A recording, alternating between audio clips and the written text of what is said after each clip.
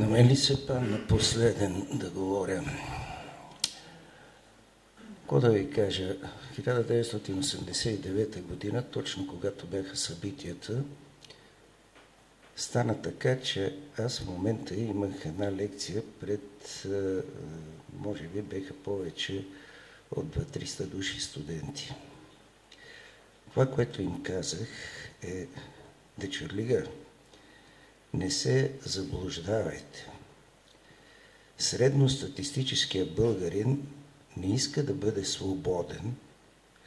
Той иска да седне на мястото на чорбаджията, да стриже, да дои овцата, да яде месото, но не иска да я пази от вълци, не иска да я пасе, не иска да се грижи за нея. За съжаление се оказах много прав. Навъдиха се точно такива, които така си останаха роби и не можаха да станат граждани. Те искат да станат чорбаджии.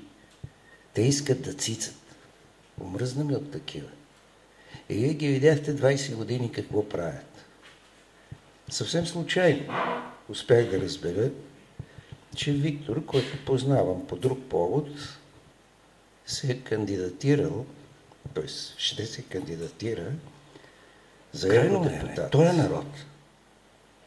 Да започне да се избира сам тези, които ще го представляват.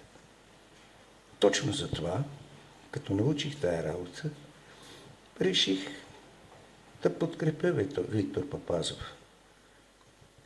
Не, че от моето рамо чак толкова ще получи сила, не, че чак толкова ще получи увереност, но е Бог.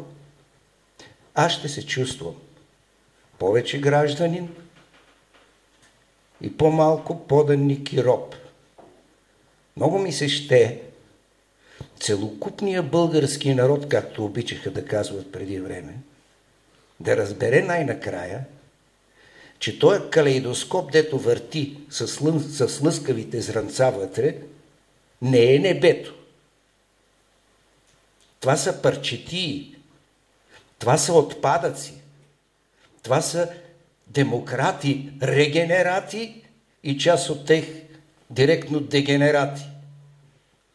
И да се избере хора, които действително достойно ще представят този древен народ, българския, и няма да се държат като перачки в Европейския парламент, няма да се дърлят и няма непрекъснато да плюват в ръката, която им дава хляба.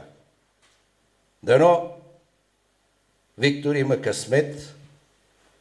Поздравлявам го с смелостта да излезе отпред и да се опита. Знаете ли, повечето от вас са си купували кисело мляко от магазина. На времето нашите майки и баби го квасеха. Една лъжица под кваса заквасва млекото. Стига млекото да е качествено. Дано ние българите се окажеме качествено млеко и дано под квасата действително е Bacillus bulgaricus.